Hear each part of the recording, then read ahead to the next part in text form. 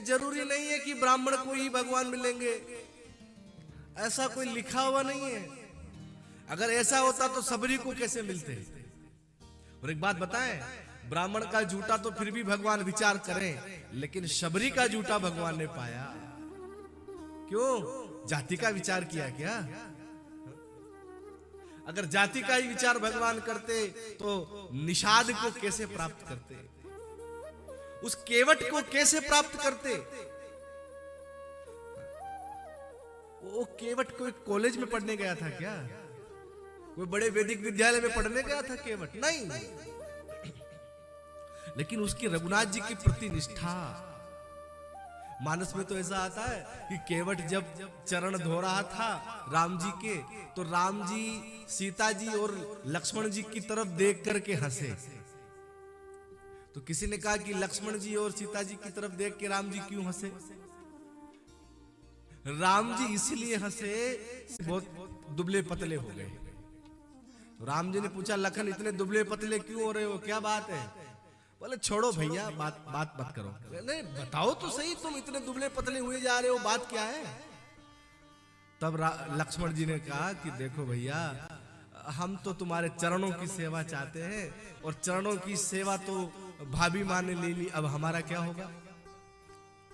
तो राम जी ने कहा, चिंता मत करो, हमारे रघुवंश में एक नियम है, होली जिस दिन आती है उस दिन भाभी से देवर मांगता है। तो तुम एक काम करना, होली आएगी तब सीता जी से एक पैर की सेवा मांग लेना। लखन जी ने कहा, ये होली कब आएगी? जल्दी होली आए। अब एक दिन तूने ऐसा क्या मांगा कि सीता बेहोश हो गई? तूने ऐसा क्या मांग लिया? महाराज लखन जी के, अब मैं क्या करूं? राम जी के पास गए, अब क्या होगा? सीता जी मां बेहोश हो गई। राम जी ने कहा, तुम जानो, तुम्हारे भाभी जी जाने। महाराज लखन जी कहते, बताने वाले तो आप ही हो, आपने ही तो बताया कि ऐसा मांग लो, हमने मांग लिया, ये तो बेहोश हो गई, अब क्या होगा? और देखो पूरे दशरथ जी, मां कौशल्या, के सब मुझे घूर घूर के देख रही है, मैंने ऐसा क्या मांग लिया? राम जी ने कहा, हुआ सो हुआ, अब एक काम करो। क्या करना है? सीता जी के कान में जाके कहो कि दाएं पैर की सेवा मेरी, बाएं पैर की तुम्हारी, ऐसा कहो जाके। और सीता जी ऐसे बेहोश थी, लखन जी पास में कान में गए और कान में जाकर के बोले, मैया आज से बाएं पैर की सेवा आपकी, दाएं पैर की मेरी। ये कहते ही सीता जी की आंख खुल गई।